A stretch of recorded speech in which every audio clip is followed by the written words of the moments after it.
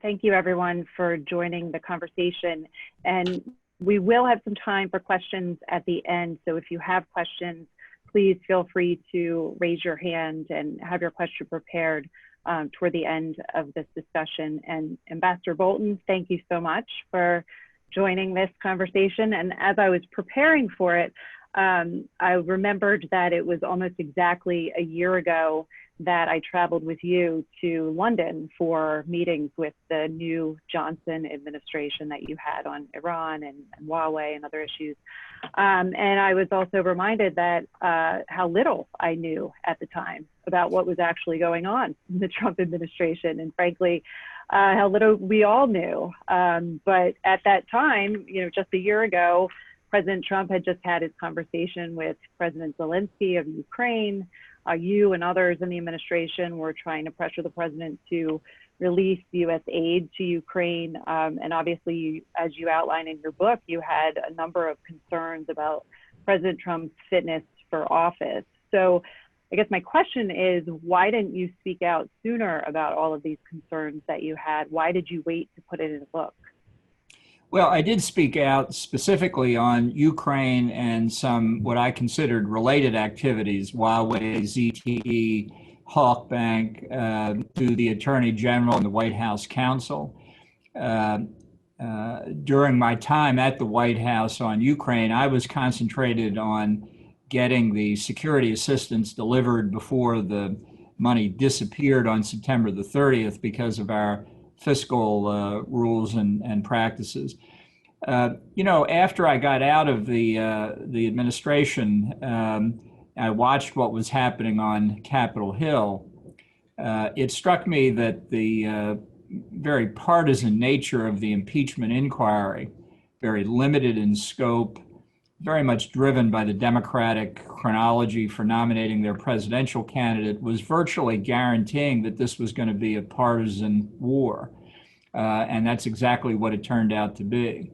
In many respects, it struck me as taking an opportunity and driving straight into a ditch with it. The idea that impeaching the president would somehow deter him from engaging in the kind of conduct that we saw in Ukraine turned out to be exactly the opposite of what happened, because by seeing Trump acquitted in the Senate, his conduct was in no way deterred. If anything, it was enabled. And there are a lot of maneuverings. I describe many of them in the book about the testimony issue. But the model that the Democrats followed really closely resembled the Republican effort to impeach Clinton during his administration, and did not resemble the ultimately successful Watergate approach, where Sam Ervin reached out across the aisle to Howard Baker, and a more bipartisan approach was developed. So I was prepared to testify at the end of the day in the Senate, but as Senator Lamar Alexander said a few days before the Senate voted not to have any witnesses, myself included, Lamar Alexander very candidly said, "We believe everything the Democrats say about what Trump did in the Ukraine. We just don't think it rises to the level of an impeachable offense." So the bottom line is, I don't think my testimony would have made any difference to the ultimate outcome, and I think that's pretty clear. And I felt that there was a larger story to tell that didn't come out in the impeachment process, and I don't think would have. So I don't want to say it would take a village to tell this story, but I did think it took a book. And there was once a point where writing a book was an honorable enterprise. I think it still is. So how has all of this, the Zelensky call, the impeachment hearings, the trial, the Rudy Giuliani efforts in Ukraine, withholding of aid, everything that happened in that space over the past year or so, how has that affected America's relationship with Ukraine and other European allies? Well, I try and tell foreign journalists and political figures who ask me about this whole subject that the best thing to do is to treat Donald Trump as an anomaly. I don't think he acts on the basis of philosophy or grand strategy or even policy. I think he acts on the basis of Donald Trump and in particular how to get him reelected. So the consequence of the Ukraine affair as we know it, I think, has been to make relations with Ukraine very difficult for everybody concerned on both sides of the relationship, as the Trump administration has made bilateral relations with a lot of countries difficult. I think that damage is repairable once Trump leaves office, and it's in part to help achieve that for the first time in my adult life, I'm not going to vote for the Republican nominee for president. I think it'd be more difficult to repair it if he were a two-term president. But there is no Trump doctrine. There is no Trump philosophy. There is no Trump legacy in policy terms other than this archipelago of dots that represent his discrete decisions. On that point, on the lack of a grand strategy that the president has, you recently tweeted that about his decision to withdraw about 12,000 troops from Germany, that it was unacceptable and showed the president's, quote, broad lack of strategic understanding. You know, half of these troops are going to go to European countries. The others are shifting to a rotational basis within Europe. Some of the countries that the troops are going to also, like Germany, don't pay 2% of their GDP to defense. So that can't entirely be the reason for the president's decision. What do you think the reason for the president's decision here is? Well, I think he said it publicly, and this is one thing about the president. Often he says exactly what he thinks, and you just need to pay attention to it. Not you personally, of course, but the press and the rest of us. He doesn't think Germany's lived up to its commitment to spend 2% of its GDP on defense, and he doesn't like their trade imbalance with the United States, and this is to punish Germany. There's no question about it. I think Mark Esper and Mark Milley and the Pentagon did the best they could with a rotten decision, and they tried to reallocate the best they could, and that's what we're left with. But that's why you have to treat Trump as an anomaly. This doesn't fit any pattern, and it doesn't really make any sense other than Trump's animus toward Germany and many in NATO more broadly. Were you surprised that Republicans didn't push back more on this decision? Well, I think Republicans are hunkered down now with 3 months to go until the election. I understand the tactical reasons for that. I'm certainly going to spend in my political efforts in the next 3 months doing everything I can to protect a Republican majority in the Senate and pick up some seats in the House. And I've talked to a lot of people over the course of the past 11 months. It hardly seems like close to a year since I resigned, but I guess that's the way it is. I can tell you there's a lot of sentiment in the Republican Party to get past the Trump years. A lot of people are going to vote for him. I understand the nature of the choice. I respect what decision they have to make. But I think on November the 4th, if Trump loses, or as soon as we figure out that he has lost, if that's the result, it's going to be a huge conversation in the Republican Party about what comes next. I think that's going to be important for the party. I think it's important for the country, too. So I'm going to spend part of the next 3 months getting ready for that, too. You obviously soured on President Trump after working for him and witnessing how he conducted foreign policy, national security issues. That's thoroughly detailed in your book, which you say you wrote in part as a warning to Republicans that Trump isn't a conservative. And as you just said, that if he's reelected, the party as a whole could lose permanently some of these principles that have underpinned the party for decades now. So are there Republicans in Congress who you've also soured on, whose conduct you've observed, to whether it's not speaking out on what the president is doing or enabling him in some way? Have you also soured on any Republicans in Congress, or is this just President Trump? Well, look, I think everybody has some complaint against somebody else for the way they behaved. I mean, I've been criticized for not resigning quickly enough in the Trump administration. I've been criticized for resigning at all by people who said you had an obligation to stick it out even longer. We can certainly have a circular firing squad after the election. I'm sure there's going to be a little bit of that in any case. I joined politics when I was 15 years old, handing out leaflets for Barry Goldwater. I've always been driven by philosophy. I'm still driven by it. Nobody's perfect. God knows I'm not. And souring on people, I think it'll be time to turn a lot of pages after the election. I'm very worried about the impact of the left wing of the Democratic Party on our national security if Biden is elected, and there's a lot of work to do. But I think the best way to protect the country in the event of a Biden administration is to have a strong Reagan-esque foreign policy in the Republican Party, and putting that back together is what I want to work on.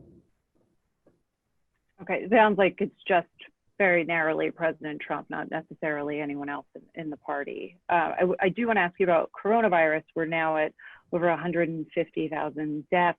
Cases are continue to rise. How does the Trump administration's handling of this pandemic impact America's standing in the world and our relationships with other countries, in your view? Well, I think its handling of the pandemic overall has been very bad. And I think that has obviously had a devastating impact in the country on the people affected by the pandemic itself. It's had a dramatically negative effect on the economy.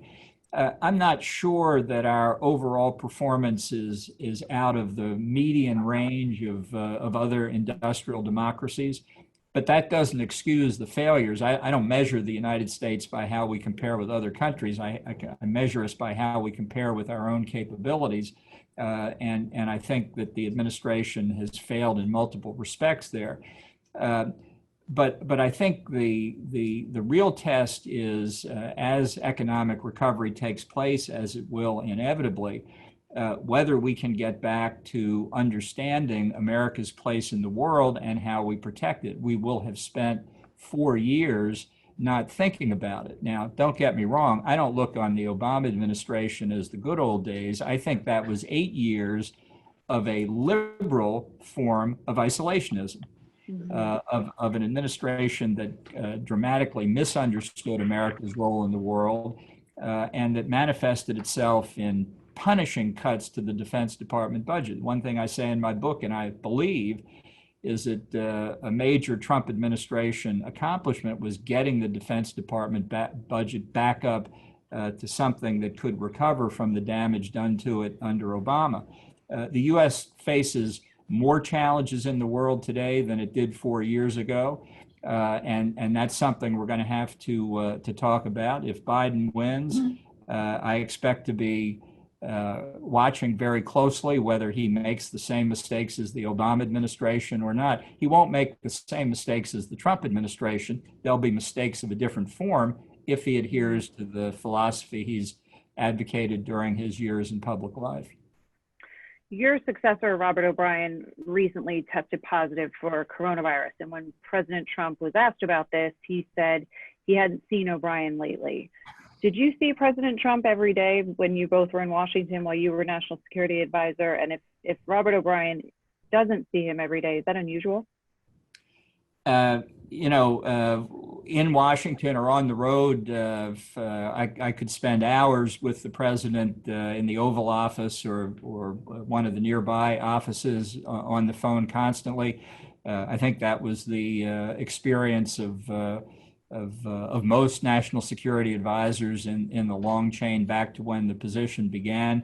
I didn't fully understand what Trump meant when he said that. I hope it's not true. But functioning without a national security advisor is not a good way to proceed. I'll put it that way.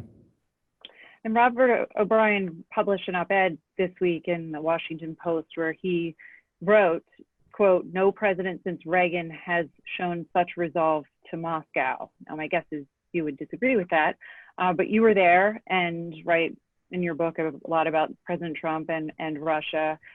What was it like to get President Trump to sign off on some of these actions against Russia, whether it's sanctions or other measures? Well, I think Trump did take a number of strong actions against Russia, but he did it screaming and kicking every step of the way. Robert wrote about things like getting out of the INF treaty. I wrote about that in my book. I added that to a long string of treaties that I've helped get the United States out of that I thought unduly constrained our ability to protect ourselves and our people. The Open Skies Treaty, the administration announced its withdrawal from after I left the White House, but I certainly worked on that too. And a number of the sanctions that we imposed on Russia, I strongly supported. I would have imposed stronger sanctions and more sanctions. So this is the problem that worries me about a potential Trump reelection. And others have commented on this disjunction between what the president says, sometimes publicly, and what the rest of his administration seems to be doing. For example, in the field of cybersecurity, which I also write about in the book. If the political guardrail of reelection is removed, and the most powerful argument any of us ever used in the foreign affairs area to get Trump to do something in the first term, that is to say, the risk of volcanic negative reaction by Republicans in Congress is removed, I think the prospect is that he'll do more of what he talks about rather than do more of what he did under complaint and criticism. And that could well mean, whether with respect to Russia or NATO or any other issue in foreign policy, that what he actually says he would then do, because there would not be the fear of losing political credit with Republicans in Congress. After he had a recent call with Vladimir Putin and afterwards said that he didn't raise the issue of Russia offering money to militants in Afghanistan in exchange for the killing of U.S. troops. Did he ever discuss that with Putin while you were National Security Advisor? I don't recall a discussion of that. I've recounted in my book the times that he spoke with or met with Putin, the times I've spoken and met with Putin, and I always considered it a victory when the phone calls were short and the meetings were inconclusive. Okay. Did he ever raise the issue of generally of the Russia's funding and arming of the Taliban when he spoke with Putin? Was that something that was on his radar? It was really not. Afghanistan itself was not the subject of much discussion. There were other things that came up. Syria in particular, Venezuela from time to time, but the subjects were actually fairly limited. And O'Brien writes in his op-ed in the Washington Post that if recent allegations of Russia's malign activity toward Americans in Afghanistan prove true, Russia knows from experience that it will pay a price, even if that price never becomes public. Do you believe that Russia would pay a price for this under this administration? And would Russia be deterred by an action from the U.S. that isn't public? Well, I think Russia could and has been deterred by actions by the U.S. over many decades that have not been public. But with respect to what this administration would do in that case to Russia, rhetoric's cheap, especially before the election. I want to move on to China, but I just wanted to remind everyone that if you have a question, please raise your hand and have your question ready, because we'll get to some of those toward the end of this. China, recently the administration changed its policy to say that most of China's claims in the South China Sea are illegal. The administration shut down the Chinese consulate in Houston. The president's taking aim at TikTok. You recently wrote in a New York Daily News op-ed that President Trump's current rhetoric and actions against China won't last after November 3rd if he's reelected. But these steps are more aggressive that we've seen from the president, are more aggressive than the typical China bashing that we get in a presidential election year. So isn't it a more aggressive posture towards China inevitable for whoever is elected in November? And why do you think that the president would pump the brakes on that? Well, I don't think it's inevitable, at least in Trump's case. Remember, for 3 years, his focus was the deal of the century. I'm not talking about the Middle East. That's a different deal of the century, Jared's Middle East plan. But the deal of the century that he talked about the most was the big trade deal with China. Now, it's a complex and important subject, but I don't think the Chinese were really ever ready to make the concessions they needed to make to stop stealing our intellectual property, engaging in forced technology transfer and the like, because as a business model, it worked too well for them. But leaving that aside, the president overlooked a huge range of Chinese activity in pursuit of that deal. One of the underlying precepts that Chinese economic growth helped fuel Chinese military capability is unquestionably true. But the trade deal was on close to being an obsession. And you'll remember in the early days of the coronavirus concern in this country, as the staff at the NSC, the Centers for Disease Control, and elsewhere were raising red flags, Trump didn't want to hear any bad news about China. Didn't want to hear any bad news about Xi Jinping. He didn't want to hear that they were concealing the extent of the pandemic in China, engaging in an international disinformation campaign. He didn't want to hear any bad news that it might affect China's economic performance. And he particularly did not want to hear that the coronavirus might negatively affect the US economy and his ticket to re-election. Now we know, we don't know everything China did, but we know a lot of what China did, and they did engage in a cover-up and I think a pretty concerted effort not to let the rest of the world in on what was going on that cost all of us around the world dearly in terms of human life and other consequences. So now's the perfect time to criticize China, and I think that's what he's doing. But most of the criticism is coming from his other senior advisors, the steps he's taken, signing legislation to authorize sanctions against the Uyghurs for the Chinese repression of the Uyghurs, simply reaffirms authority he already has and can be rescinded, as can the other steps. This is why the removal of the political guardrail of the need to be reelected I think leaves the field open to Trump in a second term to do pretty much what he wants. Don't get me wrong. Every one of these tough steps you've outlined, I fully support. And I ask only the question, why didn't this start in January of 2017? Okay. We just have a few more minutes, and I want to go through a couple of things quickly if we could. In your book, one of the things that got a big headline was President Trump asking President Xi essentially for help with his reelection. President Trump says that China wants Joe Biden to get elected. Which is it? And do you see any evidence that China has a preference or is trying to influence the election one way or another?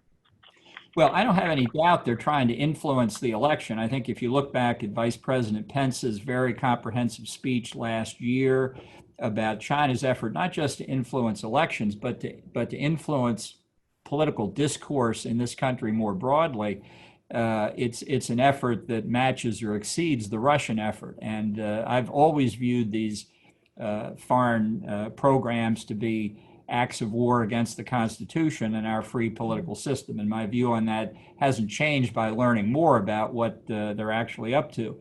Does China have a preference? You know, I don't think China's ever understood democracy that well. Every time they try and interfere in Taiwan's elections, they seem to have the reverse effect. So I'm not sure we can really tell who they're trying to support. I think they do adhere to the Russian notion that the more disruption they can cause, the more distrust they can sow, the better off they are, no matter who wins. Which one of our adversaries do you see potentially generating an October surprise? And I know you've said that the president could do a Kim Jong-un summit and create his own October surprise. There are concerns within the administration and on the outside that he could engage in a military conflict to try to salvage his reelection chances, particularly with Iran. Do you think that's a realistic possibility, and what might come at us from the outside? No, I'm less worried about Trump doing a wag the dog scenario in terms of military activity than I am about a lot of blue smoke and mirrors, like meeting with Kim Jong-un, declaring an end to the war on the Korean Peninsula, a solution to the nuclear program. I think it's that kind of thing that I would fear the most. Whether our adversaries initiate something that could cause us trouble internationally is obviously hard to say. I think they're doing their best to figure out how to disrupt the political process within this country. I think that's their October surprise. And two quick questions on the election. President Trump recently suggested potentially delaying the election. What message does a comment like that from the President of the United States send? Well, I think it's another good reason to vote against him. And I just refer people who are interested to the op-ed that Professor Steve Calabrese wrote in the New York Times, where, having supported Trump in a whole range of activities, Steve and I are old friends from the Meese Justice Department. He's a founder of the Federalist Society. He said Trump's comment was an impeachable offense.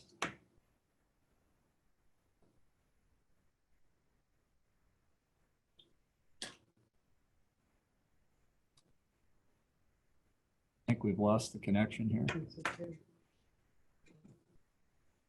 Wait, are you back? I think you froze. Yeah, I'm back. Did you hear the answer? I did not. I'm sorry. Apologies for that. What was it? Well, I think everyone else heard it. Okay. Hopefully.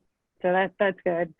Just in the interest of time, I want to ask you about the op-ed you wrote in the Daily News also, where you mentioned that President Trump's election strategy is hoping his faults will be overlooked and compared to the dangers the Biden administration would pose. And you said that conservatives, independents, and Republicans can legitimately reject Trump, however unhappy they are with Biden. Do you believe that Biden would be a better president than Trump when it comes to America's national security? No, I think they're both. It's going to be an unhappy election day for me, whoever wins, for very different reasons. I think Biden will be at best pursuing the Obama administration's foreign policy, which I thought was mistaken in material respects. I worry about the impact of the left wing of the Democratic Party on the direction of his administration. I don't have any questions or doubts about Biden's integrity. This is a philosophical difference, and it's why I can't vote for him. I'm gonna pick a name which I haven't picked yet and write in somebody rather than vote for either one of them. Okay, if we could move to questions, that would be great. I believe that Ambassador Chris Hill has a question. He's available.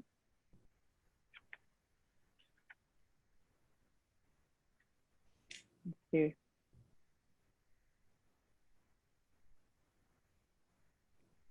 I'm not hearing anything. Sounds like, yeah, it sounds like they're getting that ready. Hi, good to see you all. Here we go. There we go. John, this will not shock you, but I have a question related to North Korea's strategy.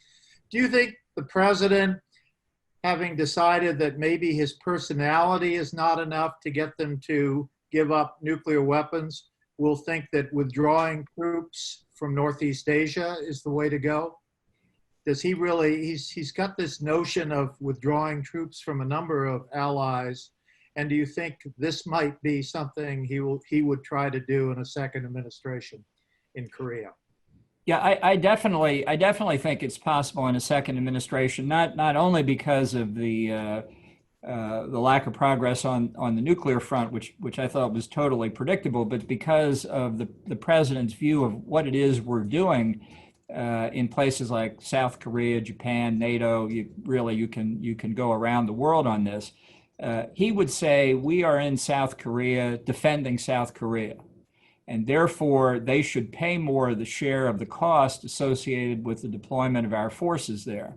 Now, I think I'll take a guess here. I think both you and I would say that we're in South Korea in a mutual defense posture because it's in our interest as well as South Korea's interest that we do so, and that therefore there should be an adequate sharing of the burdens. That's not how Trump sees it. It's not how Trump sees it. So if he doesn't get satisfaction from South Korea, from Japan, from others on this question of the sharing of the costs of our deployment, I think it's possible he could pull out of NATO entirely. And I think it is possible he could reduce U.S. forces in Northeast Asia.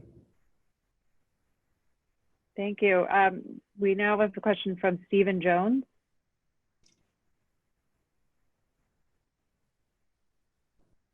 Just takes a minute, Ambassador.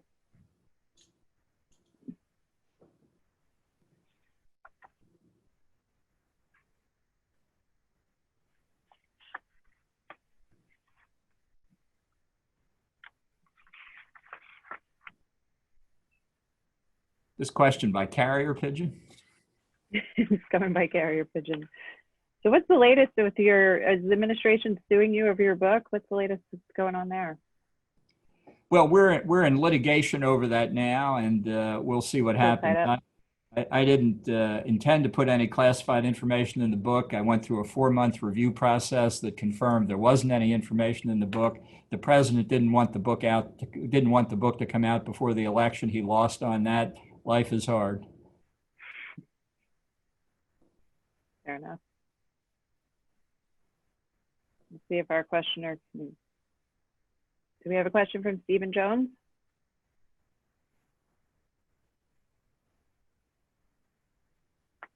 Sorry, we're all just learning the new Zoom process here.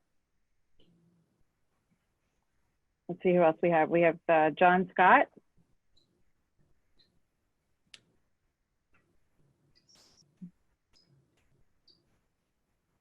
A lot of questions for you, Ambassador.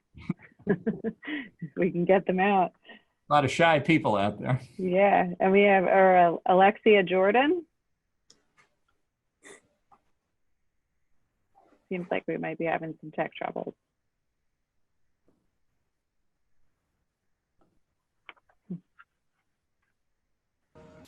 Yep. A lot of shy people. Oh.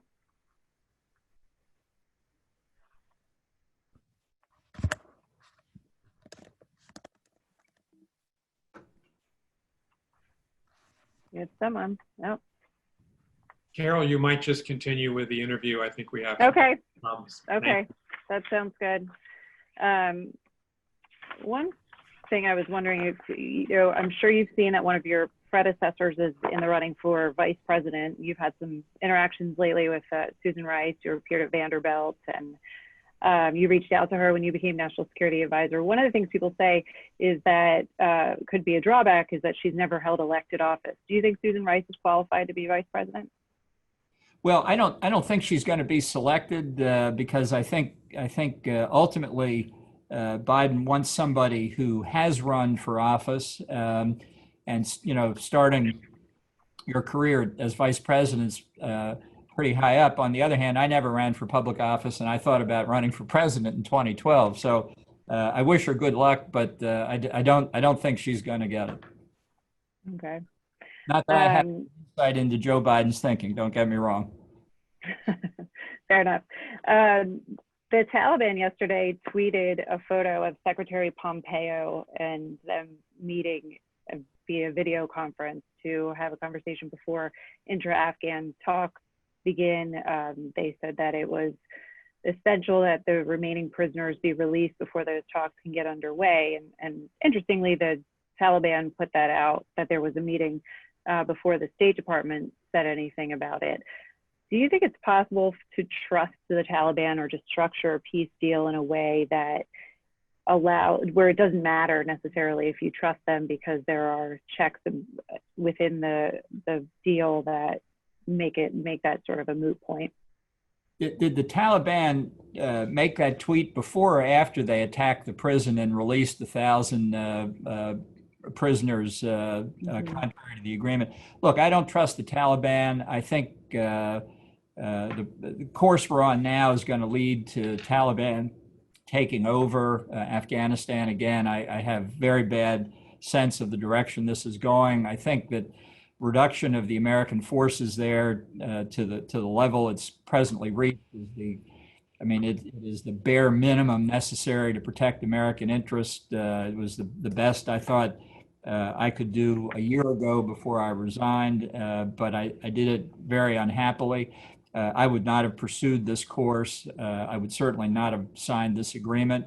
But I think Trump is determined to get out one way or another, and I hope that's not the Biden policy because I fear terrorism renewed in this country if we do. Okay. On North Korea, it was about a year ago that President Trump, you were there for the whole North Korea outreach effort. And about a year ago, President Trump received a letter from Kim Jong-un. It's one of the last letters he got from him. And he said that in the letter, Kim had apologized for recent missile tests.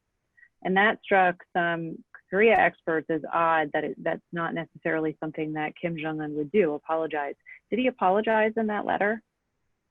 Well, I'm not sure I've seen or know what's in the most recent letter, but it was This Trump. was last August while you were still there. Yeah, it's Trump himself downplayed the significance of the missile tests, despite their being in violation of multiple Security Council resolutions that I worked on when I was at the UN. So an apology from Kim Jong-un is not anything that I would look for. I will tell you, with respect to these letters generally, that one day they will be public.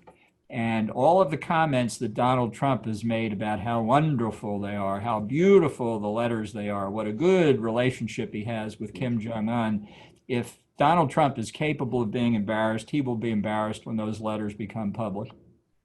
Because they're silly. Negative.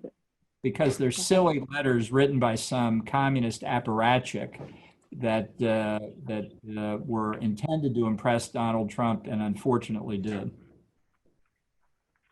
One of the things where we started on Ukraine, if we could go back there for a second, you raised your concerns about President Trump with Attorney General Barr, and he didn't share your concerns, but he did pursue this internal investigation into the Russia investigation. And we know President Trump has said Obama administration officials like Susan Rice is a criminal, and President Obama committed treason. You write in your book, which was one of the things I found very interesting, that John Kerry was someone that the president almost daily said should be investigated for the Logan Act.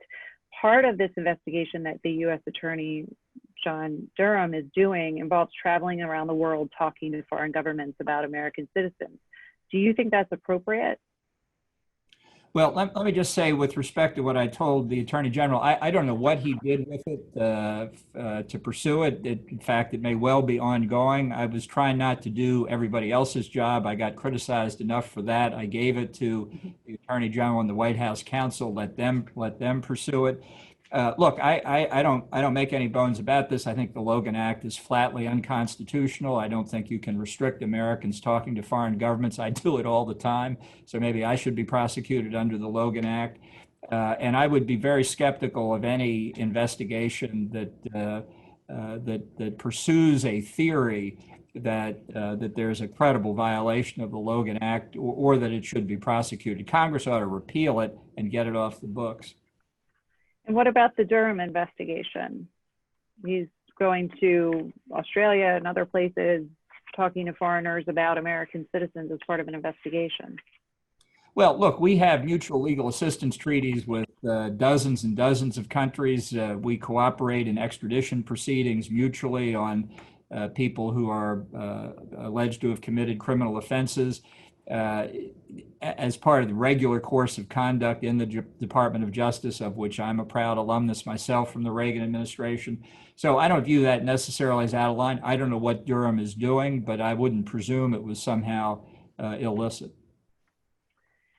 And President Trump, you've heard it all. He's called you a nut job. He said your book is full of lies.